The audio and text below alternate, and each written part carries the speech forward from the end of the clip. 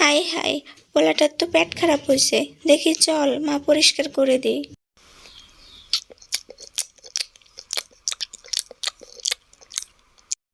আয় দাদু ভাই আয়।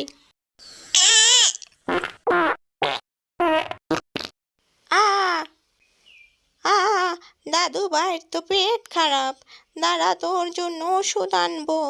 ইস, আমার খালাতো বোনের ছেলেটা এত সুন্দর হয়েছে রে, মন চায় আমাদের বাড়িতে নিয়ে যাই। ঠিকই বলছস রে, ওই জন্য তো দুদিন পর পর চলে আসস।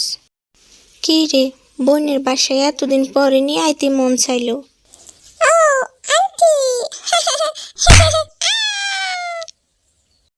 কি রে আপু, ওর কি হয়েছে? ও তো দেখতাম সুন্দর হাঁটাচলা করতে পারতো, দৌড়াতেও পারতো।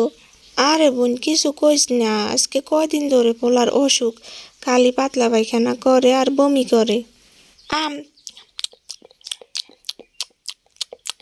আয়, মিষ্টিগুলা কত স্বাদ, দেখি আমার দাদু বাইরেও কয়টা খাওয়াই।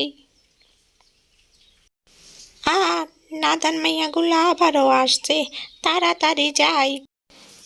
খালা ওইদিকে দাঁড়ায় আছেন কেন? আপনার হাতে কি? এদিকে আসেন। না না না না, আমার হাতে কিছু না, মিষ্টিগুলা নিয়ে তাড়াতাড়ি ভাগি।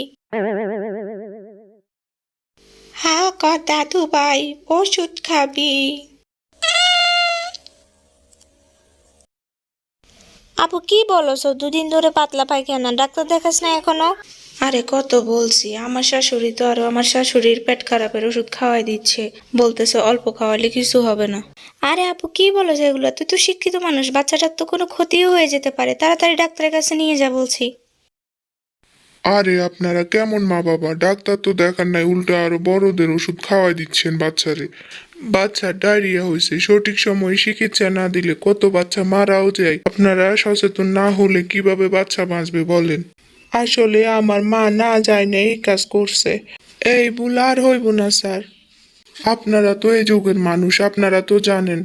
যাক বাবু, এখন তুমি ভালো আছো?